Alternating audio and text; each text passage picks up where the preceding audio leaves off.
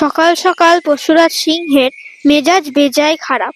কারণ কিছুক্ষণ আগেই তার সঙ্গিনী তাকে জানিয়েছে তার নিঃশ্বাসে নাকি বেজায় দুর্গন্ধ। সঙ্গিনীর এই কথা শুনে পশুরাজের মেজাজ তো আকাশে চড়ে গেছে, কিন্তু কিছু বলতেও পারছে না।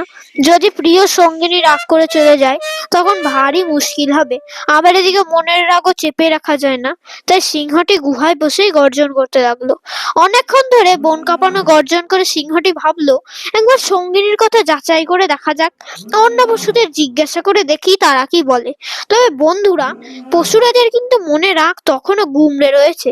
সে ঠিক করেই রেখেছিল যদি কেউ উল্টো পাল্টা কথা বলে তবে তার ঘাড় মটকাবে। সঙ্গিনীর কথার উত্তর দেয়নি বলে অন্য কারো কথায় উত্তর দেবে না তা একদমই নয়। এবার পশুরাজ বনের অন্যান্য পশুদের এক এক করে ডাকতে শুরু করলো। প্রথমে ডাক পড়লো নেকড়ের। নেকড়ের সামনে আসা মাত্রই সিংহ একটা দীর্ঘ নিঃশ্বাস ছাড়লো। নিঃশ্বাস ছেড়ে সিংহ নেকড়েকে জিজ্ঞাসা করলো, কি আমার নিঃশ্বাসে কি সত্যি খুব দুর্গন্ধ? এবার নেকড়ে তো সিংহের সমকক্ষ নয়, তাই ভাবলো সত্যি কথা বললে যদি রাজা রেগে যান আর তার প্রাণ চলে যায়। সেই ভয় নেকড়ে বলল, না, একদমই না মহারাজ। আহা, আপনার নিঃশ্বাসে বসন্তের সুগন্ধি বাতাসে সুবাস মেলে। সিংহতে নেকড়ের এই অত্যাধিক তোষামোদজনক কথায় ক্ষেপে গিয়ে নেকড়ের ঘাড় মোটকে মেরে ফেললো। এবার ডাক পড়লো তার পরম পরামর্শদাতা হায়নার। ঠিক একইভাবে সিংহ জিজ্ঞাসা করলো, কিন্তু হায়না বোকার মতো বলল, হ্যাঁ হুজুর, আপনার নিঃশ্বাসে বেজায় দুর্গন্ধ। সিংহ তো এই অপমান শুনে রেগে মেগে হায়নাকে চিড়ে দু টুকরো করে ফেললো।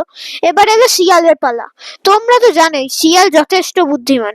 শিয়াল গুহার কাছে নেকড়ে আর হায়নার দেহাবশেষ পড়ে থাকতে দেখেই বুঝে গেল খুব ভেবেচিন্তে উত্তর দিতে হবে।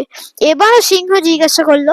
শিয়াল বেশ কিছুক্ষণ ভেবে নিয়ে বলল, জানেন তো মহারাজ, কিছুদিন ধরে আমার খুব সর্দি লেগেছে। কোনো গন্ধই ঠিক করে শুকতে পারছি না। আর যতদূর আপনার মুখের গন্ধ, সেটা যে রকমই হোক না কেন সেটা আপনারই ঐতিহ্য, সেটা নিয়ে আপনার গর্ব হওয়া উচিত। এ কথা শুনে তো সিংহ খুব খুশি হলো। খুশি হয়ে শিয়ালকে বলল, আহা, যথার্থ উত্তর দিয়েছো, যাও তুমি বেঁচে গেলে, আমি খুব খুশি। তারপর শিয়াল তার বুদ্ধির বলে সেখান থেকে প্রাণে বেঁচে গেল। নীতি কথা, বুদ্ধিমানেরা বিপদে পড়লে অনেক সময় মগ্ন থাকে।